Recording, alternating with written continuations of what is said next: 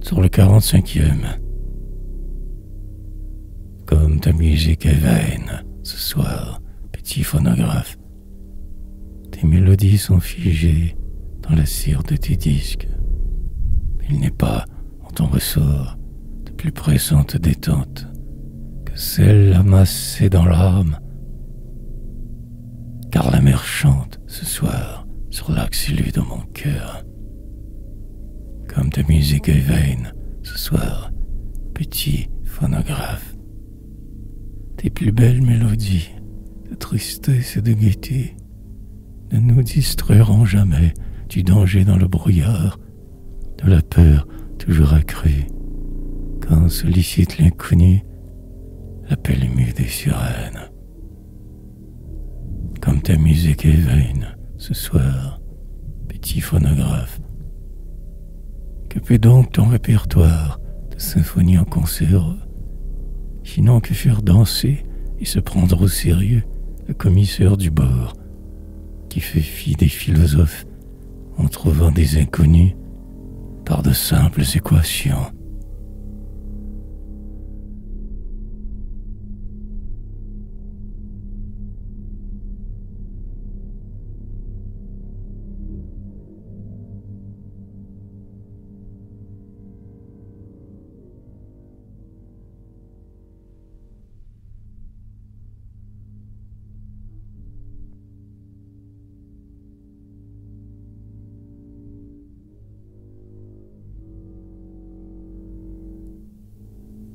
Image géographique. Montréal. Au milieu de l'île, la montagne bombe comme un gros moyeu où les rues s'emboîtent. Caché dans un pli de la montagne, pareil à une arrière-pensée de la joie des parcs aériens, le cimetière municipal. Le cimetière est au fait une force centripète. Elle a raison, qu'ont les rues, d'aller tout à la montagne. La ville est sur le fleuve Saint-Laurent, comme une roue hydraulique en arrêt que l'eau s'efforce de faire tourner. Montréal est à jamais fixe dans le fleuve, en face de Longueuil, par ses grandes cheminées d'usines, plantées partout comme de gros clous.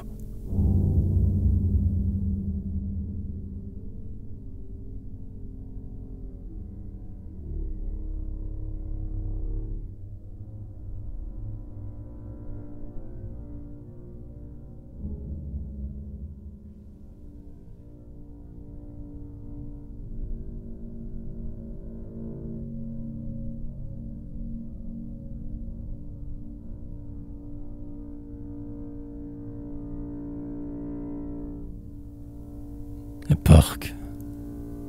Au parc où jouait mon enfance. Le malade comptait ses pas, soutenu par de belles femmes.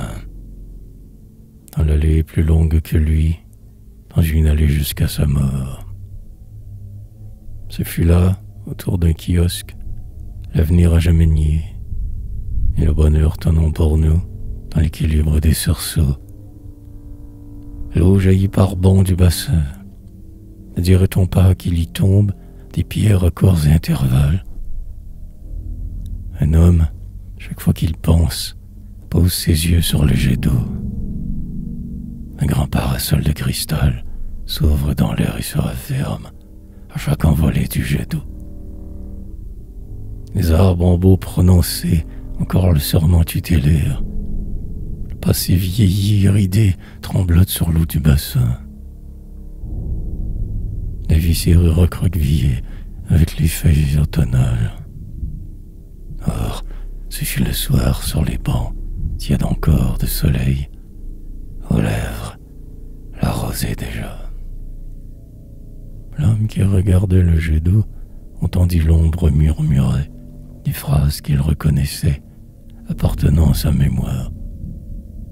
Des vers bien comptés, lents et chers, comme les pas du grand malade, dans une allée jusqu'à sa mort. Alors, seulement, il comprit.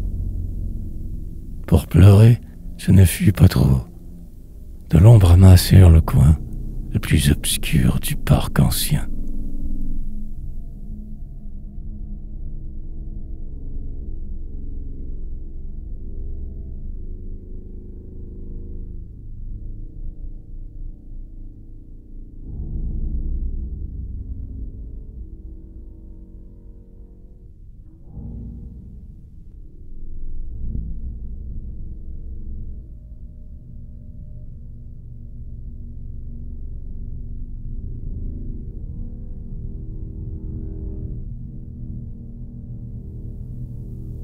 Les heures perdues.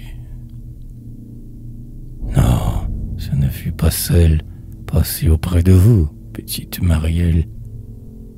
Si je me souviens bien, l'air poussa un soupir, comme un coup d'éventail.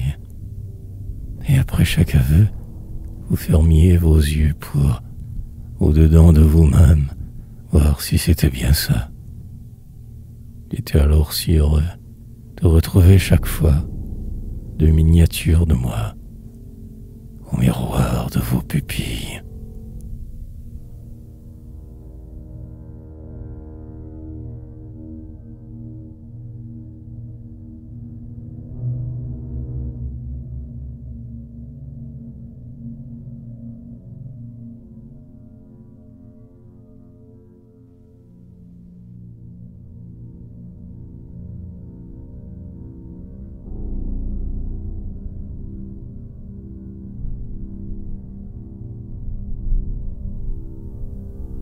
L'adieu. Ce matin de ton départ, c'est le souvenir ensemble. Pareil à une eau qui bout, la mer fumait au lointain. Puis le brouillard approcha, si près de nous l'horizon, que ta barque disparut à une portée de voix. La voile n'était déjà plus qu'un espace vague ajouté à l'infini de la distance, que j'entendais encore les mots qui devaient clore ton adieu. Or, quand la brume se leva et que reprit le paysage, la décision de ses contours, comme dans le champ d'une lunette dont on rétablit la mise au point, ta voile ne parvint même pas, trop petite, à distraire l'azur.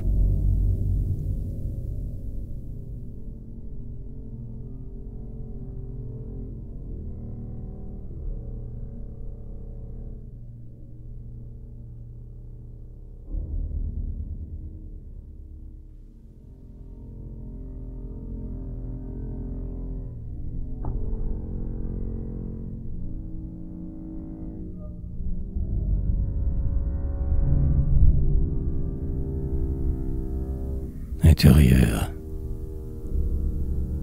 Une horloge grand-père, où ce cercueil debout et fermé sur le temps.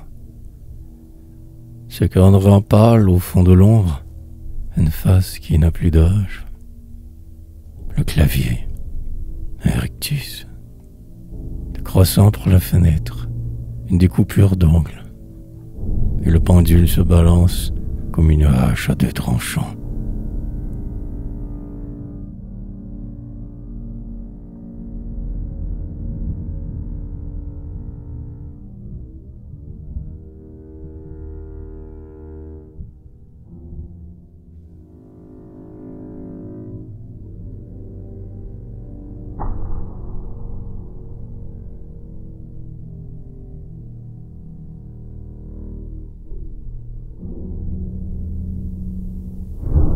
Voyage. Le cimer entouré d'écume, comme sur du monde crachat. La fumée bondit soudaine, comme un lâcher de corbeau. Des remorqueurs costauds. La sirène sollicite l'inconnu. L'anneau de fer sur les quais, les anneaux de fiançailles, des marins morts pour la mer.